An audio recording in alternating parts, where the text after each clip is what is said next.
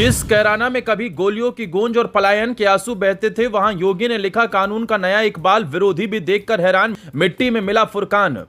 मुकीम काला गैंग का कुख्यात इनामी को पहुंचाया योगी सरकार ने जहन्नुम। एक एक्शन से प्रदेश भर में मच गया हड़कंप।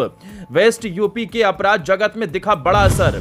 जिस बच्ची ने मुख्यमंत्री से कहा था अब भी डर लगता है, उससे किए वादे को योगी ने निभाया। परिवार के आंसुओं का बदला लिया। क्या वेस्ट यूपी में लिख दिया योगी ने नया अध्याय। बच्चे से किए वादे को योगी ने निभाया, कुख्यात बदमाश को अब मिट्टी में मिलाया। जी हां, ये हैरानी की बात नहीं, सच है, क्योंकि जुल्म चाहे कितना भी बड़ा क्यों ना हो, एक दिन कानून के सामने उसका हिसाब जरूर होता है।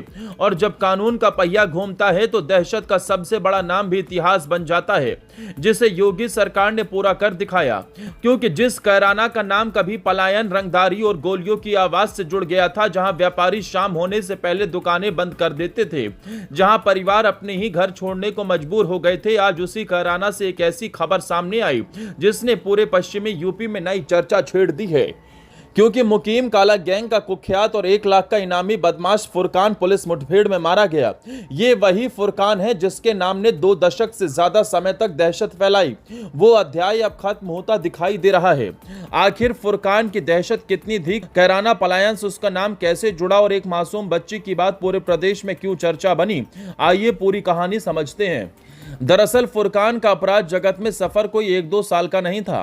पुलिस रिकॉर्ड के मुताबिक उसने साल 2003 के आसपास अपराध की दुनिया में कदम रखा। शुरुआत लूट, डकैती और अवैध हथियारों के मामलों से हुई, लेकिन कुछ ही वर्षों में उसका नाम हत्या, रंगदारी, जानलेवा हमला, पुलिस पर फायरिंग, सरकारी काम में बाधा और कई अन्य गंभीर मामलों में सामने आने लगा। धीरे धीरे वो मुकीम काला गैंग का सक्रिय सदस्य बना और व्यापारियों से रंगदारी वसूलने का काम देखने लगा। शामली, बागपत और सहारनपुर समेत कई जिलों में उसके खिलाफ लगभग 30 गंभीर मुकदमे दर्ज हुए। अगर कैराना के सबसे दर्दनाक दौर की बात करें तो 16 अगस्त 2014 की घटना आज भी लोगों के जहन में ताजा है। उस दिन कैराना के मुख्य बाजार में व्यापारी और व्यापार मंडल के कोषाध्यक्ष विनोद कुमार सिंघल के दिन दहाड़े जान ले ली गई थी। इस घटना के बाद इलाके में ऐसा डर फैला कि कई व्यापारी परिवारों ने कैराना छोड़ दिया। बाद में तत्कालीन सांसद हुकुम सिंह ने 346 परिवारों के पलायन का मुद्दा उठाया, जिसकी गूंज पूरे देश में सुनाई दी। समय बदला, सरकार बदली और कानून व्यवस्था को लेकर लगातार सख्ती की बात कही गई।